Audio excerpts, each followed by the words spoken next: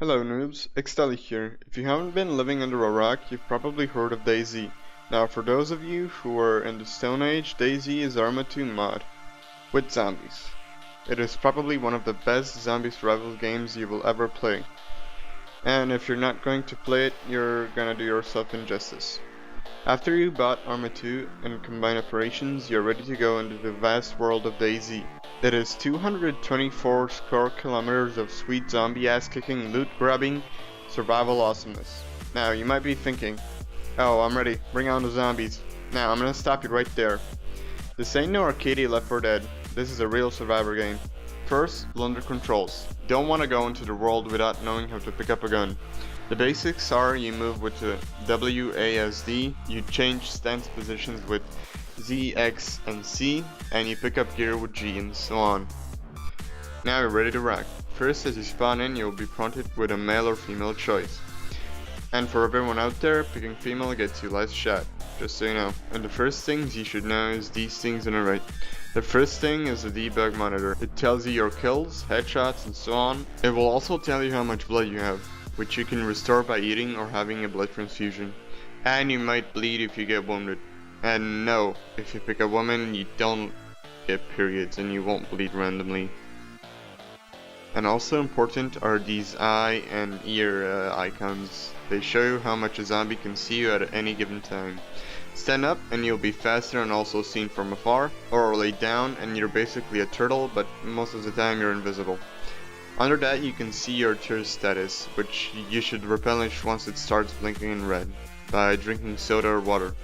Under that is the blood status. It will show you how you're standing on blood and if you're bleeding. And finally the food status, which is replenished by food. After you are set and you know what is what, you're ready to explore the world. But wait, there's more. This is an online map of loot areas, which is filled with guns, ammo, supplies and gear. You have two choices here, either go to a less dangerous but lower loot area like farms or small villages, or go sneak into a town and risk being seen by other players or possibly even killed. Now, while we're on the topic of other players, you should know to never trust anyone. The rule is generally this: if they have a gun, shoot them immediately. But if they are far away, it is suggested to leave them alone and change your route. If they don't have a gun, it is up to you. You can make friends with them, but be aware, not all people are good. You give them a gun, they might shoot you. The safest bet is to play with someone you know, or at least get them onto Skype. Now, if you're lucky, you will find a gun in a town or a farm. Your ammo will be shown in the top right hand corner. The first number should be the number of bullets you have in the magazine, and the second should be the amount of magazines you have. If you run out of ammo, you might want to check the caliber of your weapon. It is possible, for example, to morph the ammo from a magnum gun to ammo for a 1911 handgun and so on. If you're very lucky, you might find two guns in a looting location. For beginners, it is recommended that you take the one with more ammo, but usually you should choose them by their damage, clip size, rareness of ammo, and the amount of noise in it, because the lower the noise, the lower the amount of players and zombies will chase you. DayZ doesn't have a set goal, except to survive, but once you have found a gun with some ammo and some supplies, it is recommended that you go for Stary Sabor.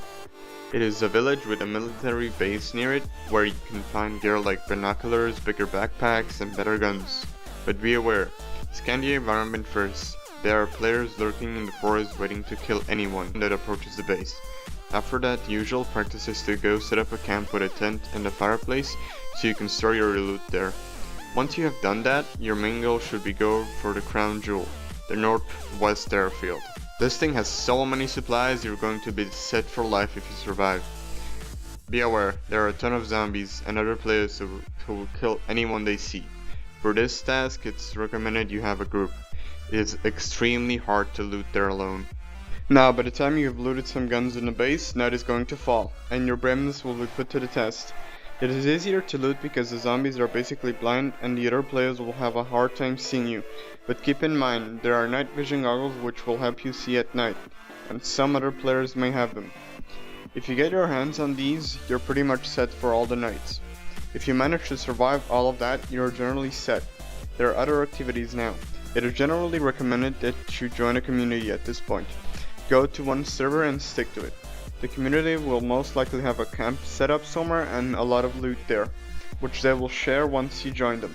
Other activities include assembly of a car or even a chopper. If you get your hands on a chopper, you're pretty much unstoppable. This journey will take you about a week, but it will take you dozens of trips to get it right. Overall, DayZ is a mod you shouldn't miss out on.